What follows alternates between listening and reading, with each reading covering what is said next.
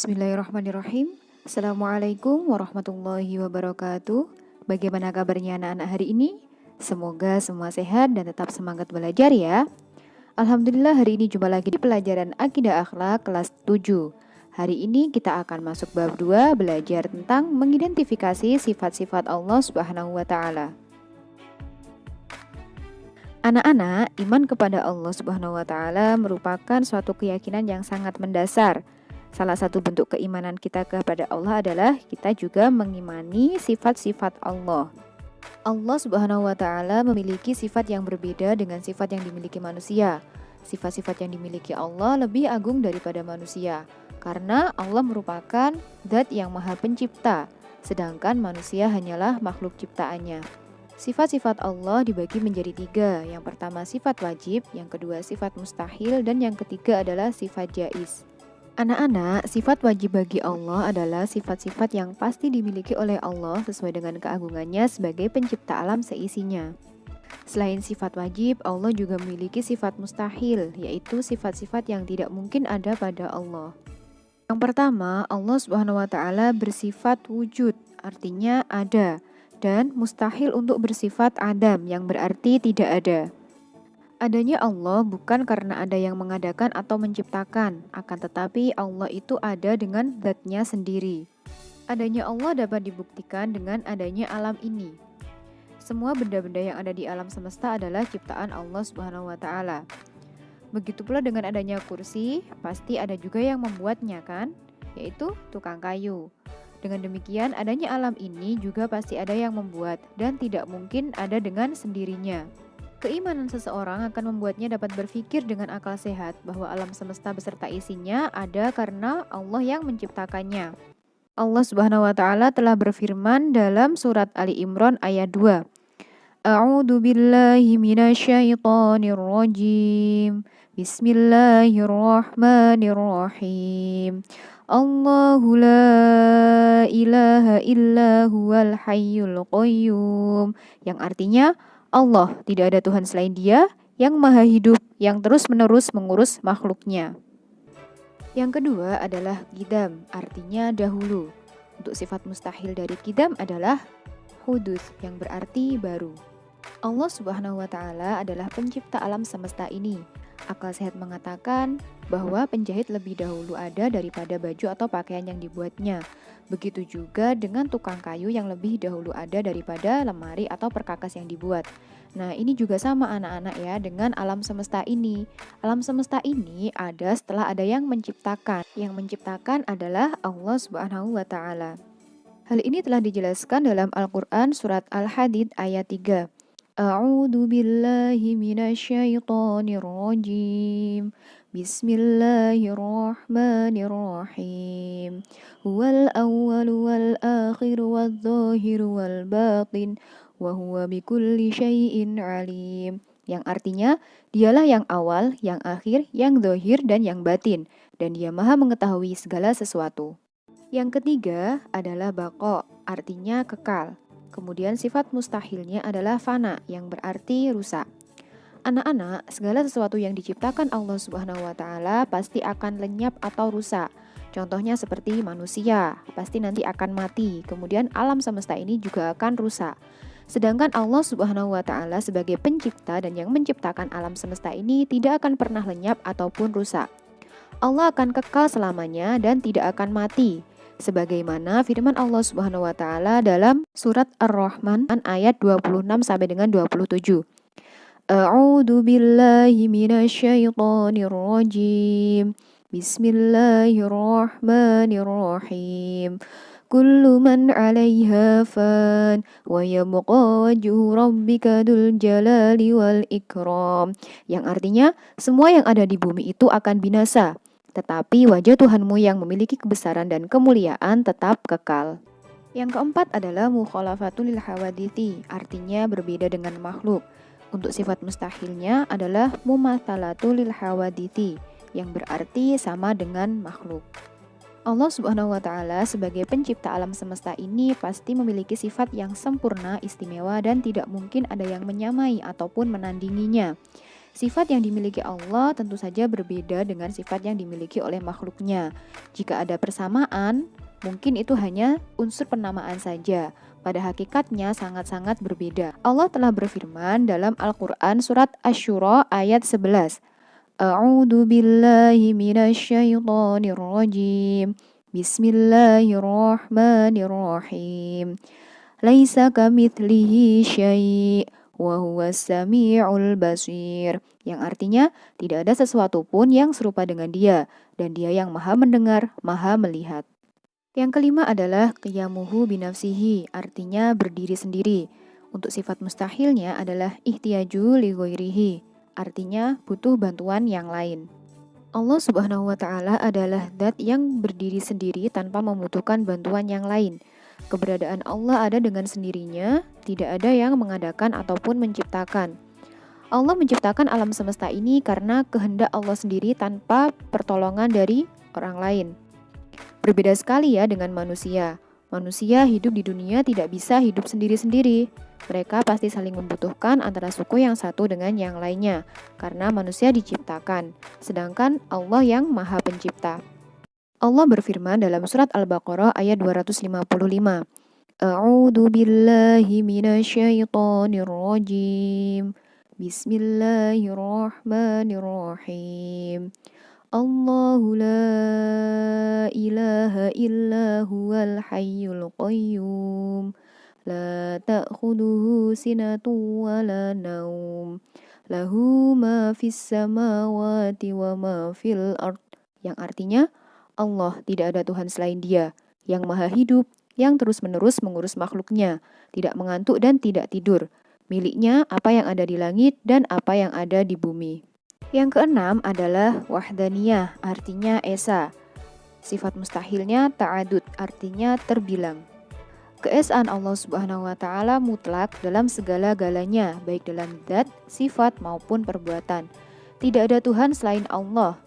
Allah juga tidak terbilang 2, 3, ataupun seterusnya. Meyakini keesaan Allah merupakan hal yang paling prinsip bagi seorang muslim. Oleh sebab itu, seseorang dianggap muslim atau tidak bergantung pada pengakuan tentang keesaan Allah. Hal ini dapat dibuktikan dengan cara bersaksi terhadap Allah, yaitu dengan membaca syahadat tauhid, yang artinya aku bersaksi tiada Tuhan selain Allah. Meyakini keesaan Allah ini merupakan inti dari ajaran para nabi dari sejak Nabi Adam sampai dengan Nabi Muhammad SAW. Dalam hal ini, Allah Subhanahu wa Ta'ala berfirman pada surat Al-Ikhlas ayat 1 sampai dengan 4. A'udzu billahi minasyaitonir rajim. Bismillahirrahmanirrahim. Qul huwallahu ahad. Allahus samad. Lam yalid wa lam yulad wa lam yakul lahu kufuwan ahad. Artinya, katakanlah Muhammad, Dialah Allah yang Maha Esa. Allah tempat meminta segala sesuatu. Allah tidak beranak dan tidak pula diperanakkan, dan tidak ada sesuatu yang setara dengan Dia. Yang ketujuh adalah qudrah, artinya kuasa, sedangkan sifat mustahilnya adalah ajizun, yang berarti lemah. Allah Subhanahu wa Ta'ala berkuasa untuk menciptakan alam maupun memeliharanya, dan sanggup untuk menghancurkannya tanpa bantuan kekuasaan lain. Kekuasaan Allah atas segala sesuatu ini bersifat mutlak, artinya tidak ada batasnya dan tidak ada yang membatasi. Allah Subhanahu wa Ta'ala berfirman dalam Al-Quran surat Ali Imran ayat 26. A'udzu billahi minasyaitonir rajim. Bismillahirrahmanirrahim. Innaka ala kulli syai'in qadir. Yang artinya, sungguh engkau maha kuasa atas segala sesuatu. Yang kedelapan adalah iradah, artinya berkehendak. Untuk sifat mustahilnya adalah karohah, artinya terpaksa. Anak-anak, Allah menciptakan alam beserta isinya ini atas kehendak tanpa ada paksaan dari pihak lain ataupun campur tangan dari siapapun. Apapun yang Allah kehendaki pasti terjadi. Hal ini berbeda dengan kehendak manusia. Tidak sedikit manusia yang memiliki keinginan, akan tetapi keinginan tersebut tidak dapat terwujud. Hal ini menunjukkan bahwa manusia memiliki keterbatasan, sedangkan Allah Maha berkehendak yang tidak memiliki batasnya. Hal ini telah dijelaskan pada surat Yasin ayat 82. A'udzu billahi minasyaitonir rajim. Bismillahirrahmanirrahim. Innama amruhu idza arada syai'an ay yaqula lahu kun fayakun. Artinya, sesungguhnya urusannya apabila dia menghendaki sesuatu, dia hanya berkata kepadanya, jadilah, maka jadilah sesuatu itu. Yang kesembilan adalah ilmun, artinya mengetahui. Sedangkan sifat mustahilnya adalah jahlun, yang berarti bodoh. Allah memiliki pengetahuan yang sempurna. Artinya ilmu Allah tidak terbatas dan tidak pula dibatasi. Allah mengetahui segala sesuatu yang ada di alam semesta, baik yang tampak maupun yang gaib. Bahkan apa yang dirahasiakan di dalam hati manusia sekalipun, Allah pasti mengetahui. Akal sehat kita pasti mengakui bahwa orang yang membuat sesuatu pasti mengetahui sesuatu yang akan dibuat. Allah Subhanahu wa Ta'ala merupakan pencipta alam semesta ini, dan Allah pasti mengetahui semua yang ciptaannya. Seperti dalam firman Allah pada surat Al-Hujurat ayat 16. A'udzu billahi minasyaitonir rajim. Bismillahirrahmanirrahim. Wallahu bikulli syai'in alim. Yang artinya, dan Allah Maha mengetahui segala sesuatu. Sifat wajib selanjutnya adalah hayat, yang artinya hidup. Sedangkan sifat mustahilnya adalah mautun, artinya mati. Anak-anak, Allah Subhanahu wa Ta'ala hidup dengan zatnya sendiri, jadi tidak ada yang menghidupkan. Karena Allah Maha sempurna. Berbeda dengan makhluknya yang diciptakan, seperti manusia ada yang menghidupkan, yaitu Allah. Selain itu, manusia juga membutuhkan makan, minum, istirahat, dan sebagainya. Akan tetapi, hidupnya Allah tidak membutuhkan semua itu. Allah hidup selama-lamanya dan tidak mengalami kematian. Allah kekal selamanya. Hal ini telah dijelaskan dalam firman Allah surat Ali Imran ayat 2. Sifat wajib berikutnya adalah sama, yang berarti mendengar. Sedangkan untuk sifat mustahilnya adalah sumun, yang berarti tuli. Allah Subhanahu wa Ta'ala mendengar segala sesuatu yang ada di alam semesta ini. Walaupun jumlah suara ratusan juta, walau hanya suara orang berbisik, bahkan suara hati yang tidak terucap, semua akan didengar oleh Allah Subhanahu wa Ta'ala. Tidak ada sesuatu pun yang tidak didengar. Pendengaran Allah berbeda dengan pendengaran makhluknya, karena tidak terhalang oleh suatu apapun, sedangkan pendengaran makhluknya dibatasi ruang dan waktu. Allah Subhanahu wa Ta'ala berfirman dalam surat Al-Hujurat ayat 1. A'udzu billahi minasyaitonir rajim. Bismillahirrahmanirrahim. Innallaha samii'un 'alim. Yang artinya, sungguh Allah Maha mendengar, Maha mengetahui. Selanjutnya adalah sifat wajib Allah basor, artinya melihat. Sedangkan sifat mustahilnya adalah umyun, yang berarti buta. Allah Subhanahu wa Ta'ala adalah zat yang mengatur, menjalankan, dan mengawasi benda-benda seperti matahari, bulan, bintang, dan juga planet-planet. Allah Subhanahu wa Ta'ala selalu mengawasi gerak-gerik umatnya. Bagi Allah tidak ada sesuatu yang lepas dari penglihatannya. Allah Subhanahu wa Ta'ala berfirman dalam Quran surat Al-Baqarah ayat 265. A'udzu billahi minasyaitonir rajim. Bismillahirrahmanirrahim. Wallahu bima ta'maluna basir. Artinya, Allah Maha melihat apa yang kamu kerjakan. Sifat wajib berikutnya adalah kalam, yang berarti berfirman, dan mustahilnya adalah bukmun, artinya bisu. Allah Subhanahu wa Ta'ala berbicara dan menyampaikan perintahnya melalui firman yang berupa wahyu.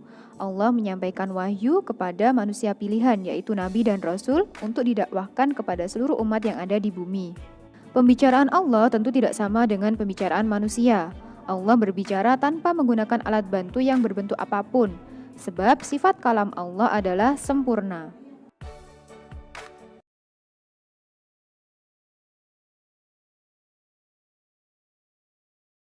Allah Subhanahu wa Ta'ala berfirman pada surat An-Nisa ayat 164. A'udzu billahi minasyaitonir rajim. Bismillahirrahmanirrahim. Selanjutnya ada sifat wajib qadiran, artinya maha kuasa. Sifat mustahilnya ajizan, artinya sangat lemah. Kemudian muridan, artinya maha berkehendak. Dan sifat mustahilnya adalah mukrohan, yang artinya sangat terpaksa. Kemudian ada sifat wajib aliman yang berarti maha mengetahui. Untuk sifat mustahilnya adalah jahilan yang berarti sangat bodoh.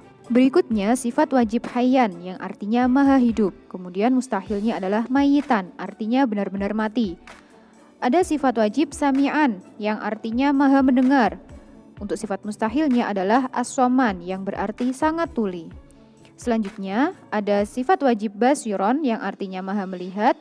Untuk mustahilnya adalah a'ma, artinya betul-betul buta. Yang terakhir adalah mutakaliman, artinya maha berfirman. Sedangkan mustahilnya adalah abkaman, yang berarti betul-betul bisu. Nah, sifat wajib bagi Allah dibagi menjadi 4, yaitu sifat nafsiyah, sifat salbiyah, sifat ma'ani, dan sifat ma'nawiyah. Sifat nafsiyah adalah sifat yang hanya berhubungan dengan zat Allah. Jadi hanya satu sifat saja, yaitu wujud, yang artinya ada. Berikutnya adalah sifat salbiyah. Sifat salbiyah adalah sifat yang membersihkan atau menyucikan Allah Subhanahu wa taala dari sifat-sifat yang tidak pantas bagi Allah. Dengan demikian, Allah Subhanahu wa taala tidak pantas memiliki sifat-sifat yang berkebalikan dengan sifat salbiyah ini. Yang termasuk sifat salbiyah adalah ridam, baqa, mukhalafatul hawadisi, qiyamuhu binafsihi, dan wahdaniyah. Selanjutnya adalah sifat ma'ani. Sifat ma'ani adalah sifat-sifat abstrak yang wajib ada pada Allah. Sifat ini juga dapat digambarkan oleh akal pikiran manusia dan dapat meyakinkan orang lain karena kebenarannya dapat dibuktikan dengan panca indera. Yang termasuk sifat ma'ani adalah kudroh, irodah, ilmu, hayat, sama, basor, dan kalam. Yang terakhir adalah sifat ma'nawiyah, yaitu sifat-sifat yang berhubungan dengan sifat ma'ani atau merupakan kelanjutan sifat-sifat ma'ani. Yang termasuk sifat-sifat ma'nawiyah adalah qadiron, muridan, aliman, hayyan, sami'an, basiron, dan mutakaliman. Selain sifat wajib dan sifat mustahil, Allah memiliki sifat jaiz. Secara bahasa, jaiz artinya boleh. Sifat jaiz bagi Allah adalah sifat yang boleh ada dan boleh tidak ada pada Allah Subhanahu wa taala. Dengan kata lain, Allah bebas berbuat sesuatu atau tidak berbuat sesuatu sesuai dengan kehendaknya yang mutlak. Sifat jaiz bagi Allah yaitu fi'lu kulli mumkinin aw tarku, yang artinya Allah berwenang melakukan atau menciptakan sesuatu atau tidak melakukan dan menciptakan sesuatu. Nah, anak-anak, itulah pembagian dari sifat-sifat Allah Subhanahu wa taala. Ada sifat wajib, sifat mustahil, dan juga sifat jaiz. Untuk sifat wajib sendiri dibagi menjadi sifat nafsiyah, sifat salbiyah, ma'ani, dan ma'nawiyah. Semoga dengan apa yang kita pelajari hari ini kita menambah keimanan dan juga ketakwaan kepada Allah Subhanahu wa taala. Baik anak-anak, sekian untuk pembelajaran kita hari ini. Semoga apa yang kita pelajari hari ini bermanfaat. Assalamualaikum warahmatullahi wabarakatuh.